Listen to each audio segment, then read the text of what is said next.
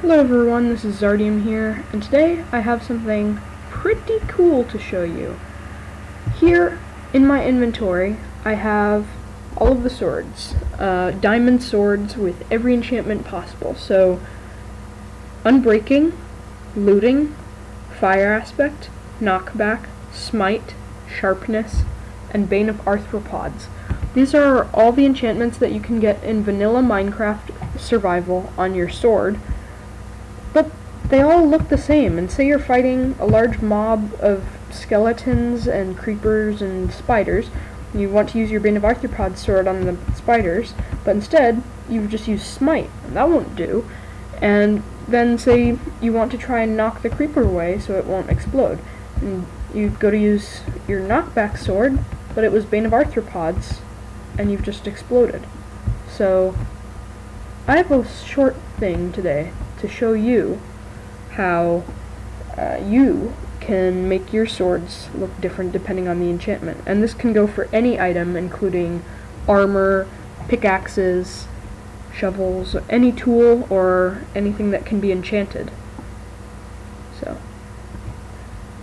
the answer lies in a resource pack. Mine is just called Del Test World because that's the name of this world.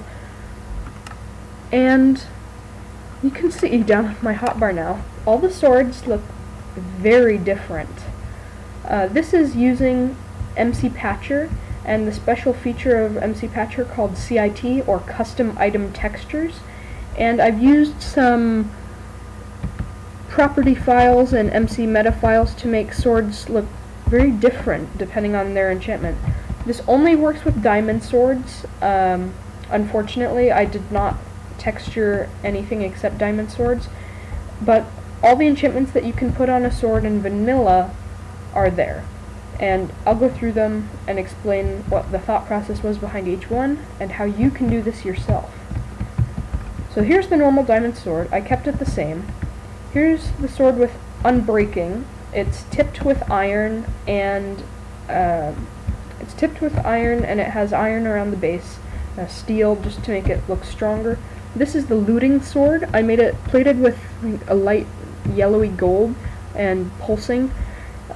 It's just to look magical and mystic and loot-like. This is the Fire Aspect sword. It's kind of glowing with the flame within. This is the Knockback sword. It has a piston on it to knock your enemies away.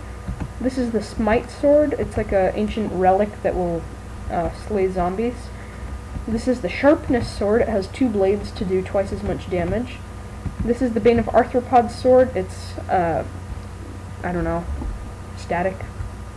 I have no idea what the Bane of Arthropods sword does. No one uses them anyways. There are some odd effects of this. You see, if I take a Looting sword and a Fire Aspect sword and combine them, it will look like a Fire Aspect sword. But if I take a Looting sword and a Smite sword, it will look like a Looting sword. And if I switch them, it will still look like a Looting sword. So there's kind of this order of how strong each enchantment is, I guess. And if I take Sharpness and Fire Aspect has a lower ID number, because Sharpness's ID is 20, and Fire Aspects is lower. I think it's 16. So the one with the lower ID will come first. Unbreaking has the highest ID of 34, and so you can see that it will never look like Unbreaking no matter which sword that we use. If I had wanted to, I could have spent a lot of extra time in order to make each enchantment perfectly line up with the others. You could have a flame and a piston, or a flame and gold pulsing, or iron cap on your Sharpness blades.